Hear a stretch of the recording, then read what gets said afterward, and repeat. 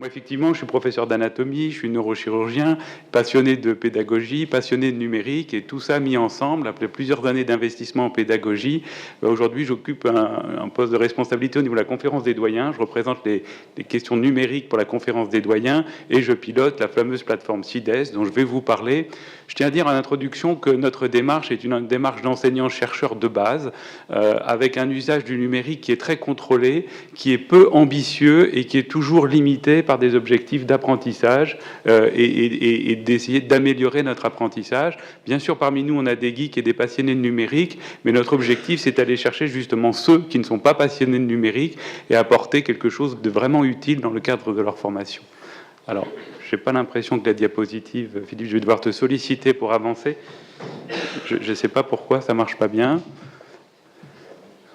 Alors, très rapidement, parce que je vais aller assez vite sur ma présentation, c'est important pour moi de vous rappeler que je vais vous parler des études médicales pour l'essentiel, que c'est constitué de 3 cycles successifs. La première année est une année de concours, année PACES, avec un taux de sélection qui est d'environ 15%, puis un premier cycle qui se poursuit 2 années d'enseignement général.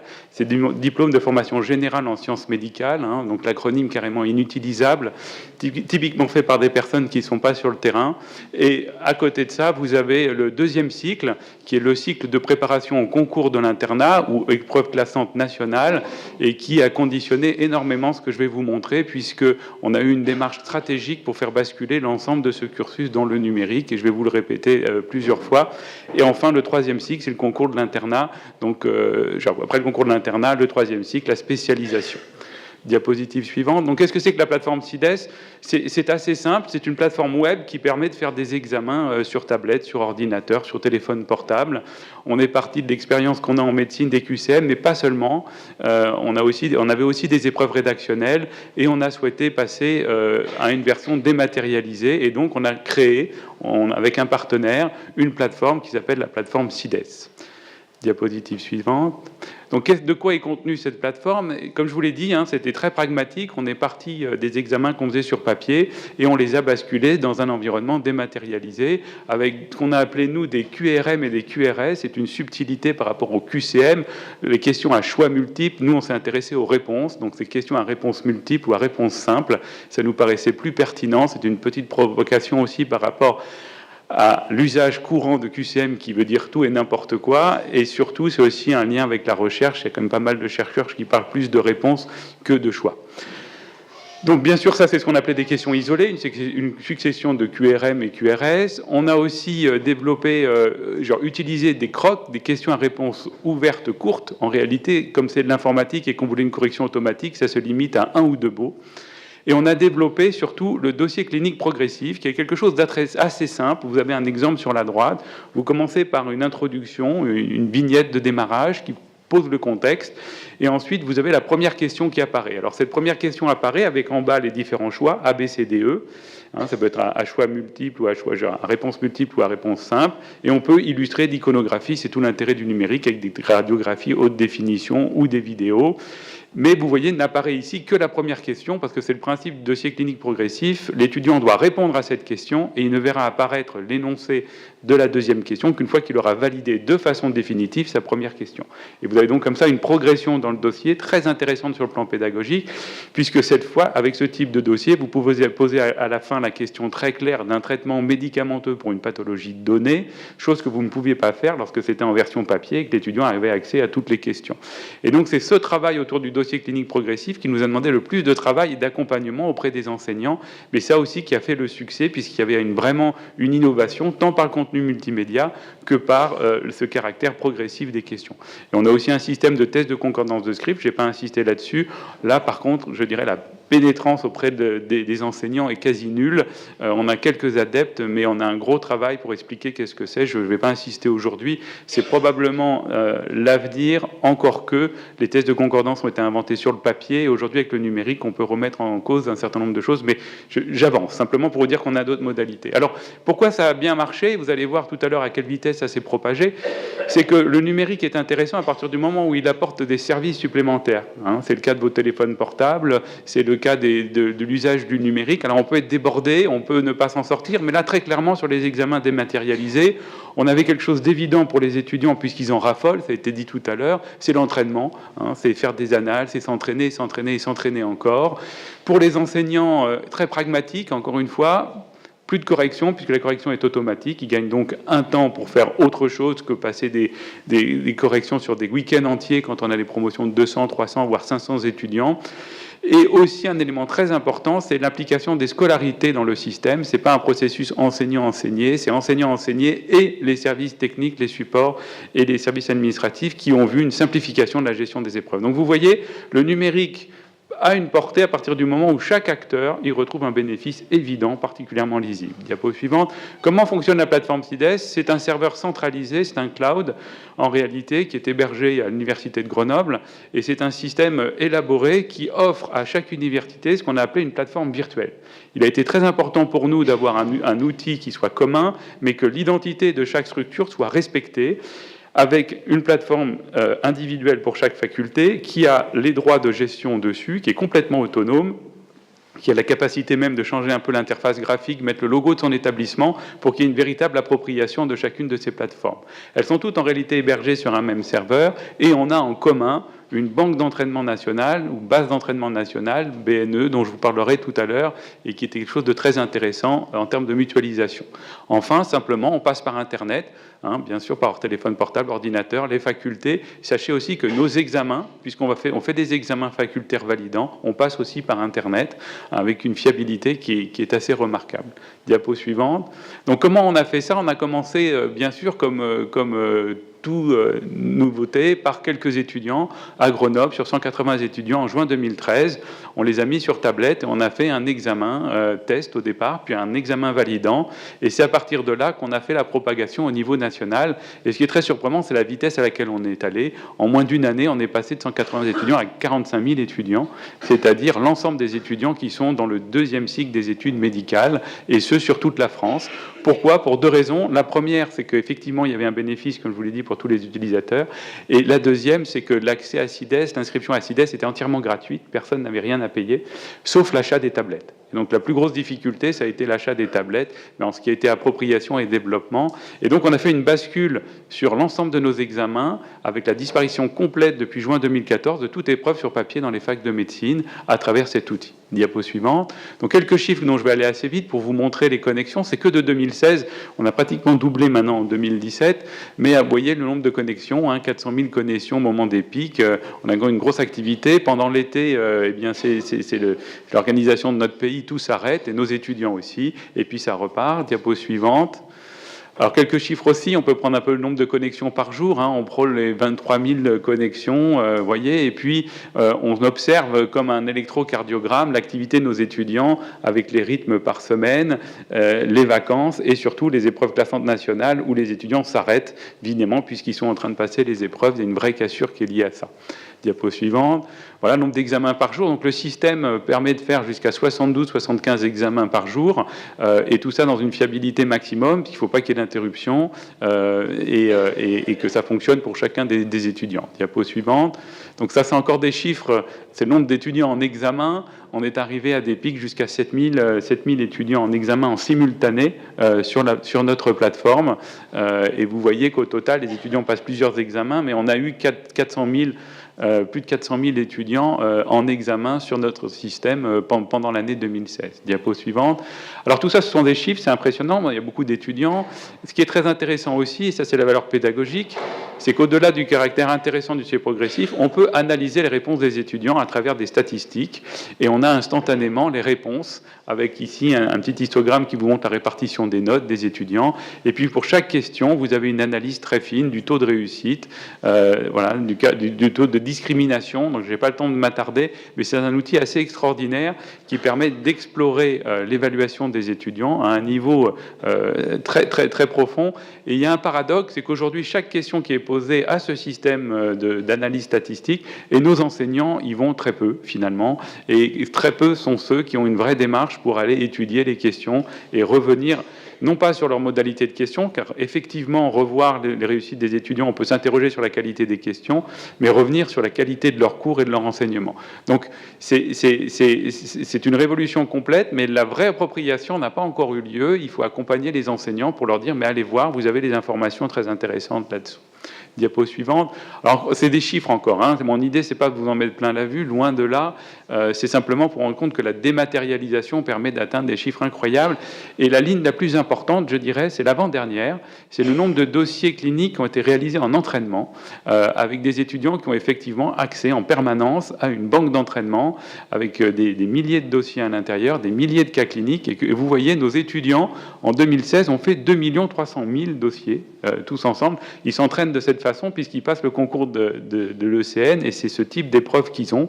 Et donc, cet entraînement massif fait que, et vous allez voir la diapositive suivante, que sur ces 2 300 000 dossiers qui ont été faits, c'est un petit peu une situation où vous avez, dans 2 300 000 fois, un étudiant qui s'est placé devant un cas clinique et qui a travaillé. Et donc, un étudiant, pour passer le concours de l'internat, avant, a fait 6500 dossiers progressifs, c'est-à-dire que différents. C'est-à-dire c'est comme s'il avait vu 6500 patients ou 6500 cas cliniques. Et on se rend compte que dans ces chiffres-là, aucune autre formation avant, le numérique, ne permettait à un étudiant d'être confronté à 6600 cas cliniques, dont beaucoup sont très similaires, mais qui sont quand même avec leur variété, etc., etc.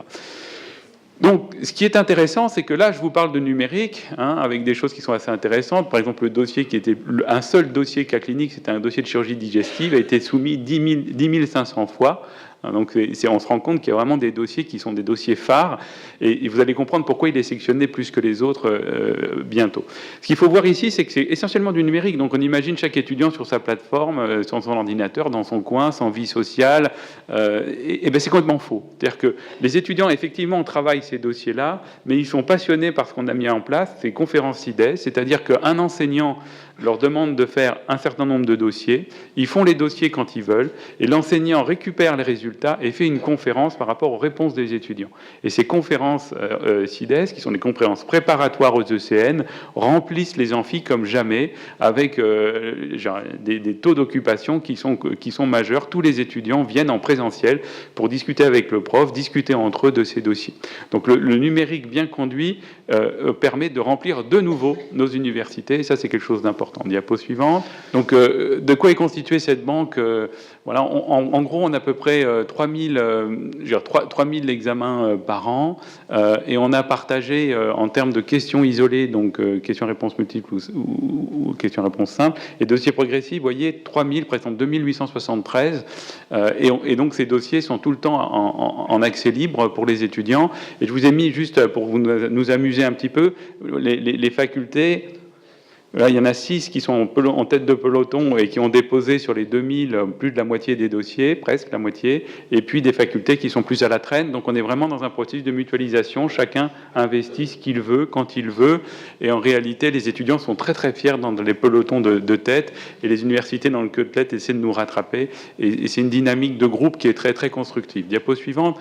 Ce qui est intéressant, et ça c'est important, c'est que les étudiants peuvent évaluer les dossiers. Et c'est un système d'étoiles qui marche très très bien. Ça a été facile pour eux d'accepter ça. Et vous voyez un étudiant qui a mis 5 étoiles à un dossier, qui remercie pour les corrections, parce que les dossiers qui ont du succès, c'est les dossiers où les profs ont mis un commentaire de correction quand ils ont construit le dossier. Donc sur la question 1, c'était l'item A et B, et l'enseignant explique pourquoi c'est les items A et B et pas les autres. Et donc vous voyez qu'en termes d'évaluation formative, on est vraiment dans un processus intéressant. On est en train maintenant de mettre des liens vers nos référentiels en ligne, qui sont rédigés par les enseignants, qui leur permettent directement, à partir d'une question, de basculer sur la partie du cours qui les intéresse. Diapo suivante. Alors, oui, juste, ils font aussi des commentaires entre eux, et donc comme dans un réseau social, ils commentent les dossiers, et c'est très intéressant. On a observé que les excellents étudiants ne passaient pas trop de temps à rentrer dans les commentaires d'étudiants, parce que souvent c'était des discussions sans fin, et c'est assez intéressant de les voir, leur comportement. Il semblerait que les meilleurs étudiants, je parle des excellents aux ECN, ont eu un usage assez modéré de la plateforme, contrairement à des étudiants plutôt moyens, voire mauvais, qui ont passé vraiment beaucoup de temps, et pour qui ça n'a pas été tout à fait formidable. formateur. Le principe, c'est l'évaluation formative, donc c'est quelque chose auquel on essaie de travailler, qu'on découvre, qu'on aurait pu très bien découvrir par la littérature, mais qu'on découvre par la pratique. L'Université numérique en santé, c'est donc la structure qui gère tout ça. Je voulais vous en parler rapidement. C'est piloté par la conférence des doyens. On a la CPU, la conférence des présidents de l'université, qui est montée à bord et qui a souhaité faire partie de cette UNT. On a l'État qui est observateur, et ça nous suffit. On ne souhaite pas qu'il rentre directement dans le GIP, on veut quand même une certaine autonomie. Donc c'est 45 universités. L'objectif, ce n'est pas simplement de mettre du contenu en ligne, mais c'est des services tels que la plateforme CIDES. Et donc on travaille autour de ce nouveau look, ce nouveau logo. Cette université numérique thématique en santé et sport existait avant. Elle s'appelait NUNEF 3S. Peut-être que certains connaissaient. On a simplement changé le nom, la façon de piloter, les personnes en place, et on est reparti sur ce GIP. Diapo suivante. Donc on regroupe la médecine, la pharmacie, l'odontologie, les STAPS. C'est beaucoup d'étudiants, tous autour de la santé. En sport, on a quand même toute une catégorie des STAPS qui sont très orientés ergonomie, rééducation, santé, et toute une partie qui est assez déconnectée, qui est plutôt sur le sport, l'aspect commercial et marketing du sport. En attendant, ils font partie de notre groupe. Diapo suivante. On a une façon de gérer qui est tout à fait originale, c'est la fameuse méthode agile, avec des groupes de travail et tout un support qui permet de mener à bien des projets et des projets qui se veulent transversaux entre les disciplines. Diapo suivante. Donc je revenais là-dessus juste pour vous dire où est-ce que l'UNES est active. Donc l'UNES est très actif avec la plateforme CIDES sur le 2e cycle. Et par propagation, aujourd'hui, dès la 2e année, tout le monde utilise l'examen sur tablette. Et enfin, on vient de lancer hier la plateforme CIDES 3e cycle, ce qui fait qu'aujourd'hui, on a 80 000 étudiants sur notre plateforme, 10 000 enseignants et plus de 1000 agents et techniciens qui font fonctionner ça répartis sur tous les centres. Alors, l'objectif de l'UNES, et c'est des questions qui sont importantes, mais je pense que vous aussi, c'est quelle est la place de ces UNT. Donc nous, on veut faire une offre de service opérationnel, c'est-à-dire qu'on estime que les enseignants n'ont pas à bidouiller sur leur plateforme. C'est à eux on doit leur offrir des services qui sont fonctionnels et efficaces et fiables. On se sert aussi du numérique pour animer notre communauté. La pédagogie a repris un nouvel élan dans notre communauté à travers le numérique, et c'est très intéressant de voir et d'accompagner ça. On essaie aussi de démontrer qu'une UNT, c'est quelque chose d'important pour une discipline, et aussi parce qu'à travers nous, il y a une lisibilité, et on peut s'ouvrir sur d'autres disciplines et d'autres partenariats de façon très limpide et de façon nationale. Et bien sûr, il y a une grande question de viabilité financière. Je ne vais pas m'attarder là-dessus. C'est une vraie question. On essaie, nous, à la fois de survivre via des cotisations des universités pour payer des services de haut niveau de qualité. Voilà. Et sur le plan, enfin, je voulais terminer là-dessus, c'est le fameux l'appel à projet d'une des universités expérimentales, le projet CIDES 3.0. Je vais aller assez vite sur ces diapos suivantes, simplement pour vous expliquer le principe. Le principe est assez simple. Il a consisté à dire que l'université de demain, cette université qui est entre autres numérique, doit devenir maître de ces données qu'elle manipule, des traces d'apprentissage des étudiants, des cours qu'elle donne. Et donc, on s'est rendu compte qu'il était nécessaire de se dégager de toute dimension propriétaire et que nos données devaient être dans un format ouvert, accessible à tous, dans un format lisible par tout le monde, et qu'il était important de se dégager de solutions commerciales ou non commerciales. À partir de là, on a constitué l'université numérique avec tous ces données numériques à l'intérieur, et l'anneau orange que vous voyez, c'est le niveau de sécurité et d'accès qu'on veut très élaborer en collaboration avec la CNIL pour justement contrôler les accès et protéger les personnes s'il y avait à protéger, les contenus aussi. L'objectif, c'était quoi? C'est assez simple, c'était d'apporter des valeurs à haut niveau pour les étudiants, pour les enseignants et pour les institutions. Je vous laisse lire entre diagonales les différentes parties. Mais ce qui a été intéressant dans ce projet, c'est qu'on a estimé qu'il y avait une partie recherche qui était très forte autour de la recherche qu'on appelle in situ, c'est-à-dire qu'à travers un environnement partagé, on peut faire des vrais protocoles de recherche, suivre des cohortes, avoir des hypothèses, et ce, au fil de l'eau. Et ça, c'est une partie très importante de ce projet. Et il y a tout un travail de recherche aussi sur les données, la science des données, puisqu'effectivement, on touche à des questions sur les big data, sur la sécurité des données. Diapo suivante. Ouais, excuse-moi Philippe. Bon, alors voilà, après c'était toujours un petit peu la même chose, hein. Il y avait bien sûr des objectifs pédagogiques. On se rend compte qu'aujourd'hui avec le numérique, on peut faire de nouvelles hypothèses, qu'on se rapproche plus des processus d'apprentissage, qu'on peut proposer des parcours personnalisés et surtout qu'on peut homogénéiser au niveau national. C'est une vraie préoccupation pour nous, hein. Il faut que tous les médecins qui sortent de nos facs aient tous le même niveau et qu'il n'y ait pas des grandes différences de formation. Et ça entraîne aussi une dynamique assez intéressante autour de la normalisation des données, qui est un des sujets de recherche que je pratique et qui est vraiment très passionnant et très en lien avec le processus d'apprentissage. Diapo suivant. Donc comment on l'a mis en œuvre? On a un data center qui est en bas à gauche, qui est hébergé à l'université, qui contient justement toutes ces données normalisées. On interagit avec toutes les plateformes, que ce soit de l'open source, des plateformes propriétaires, mais on a des conditions de travail qui font qu'on doit avoir nos données dans notre format. On explique comment les lire, mais on veut les récupérer dans ce format-là. C'est donc l'autonomie dont je vous parlais par rapport aux solutions techniques. C'est porté par l'UNES, donc l'Union numérique en santé, pour qu'il y ait une coordination nationale, recherche associée, et W3C, c'est le web sémantique, c'est les normes dont je vous ai parlé tout à l'heure. Tout ça dans une démarche qualité. On applique des contraintes liées aux soins, à la démarche qualité en soins, dans le domaine de l'apprentissage. Et c'est assez intéressant de mobiliser nos collègues, enseignants, chercheurs, sur des thématiques conceptuelles qu'ils maîtrisent. La qualité de soins, c'est très connu. La démarche de recherche pour les chercheurs, c'est très connu. Eh bien, on utilise ça pour les impliquer dans le processus pédagogique. Diapo suivante.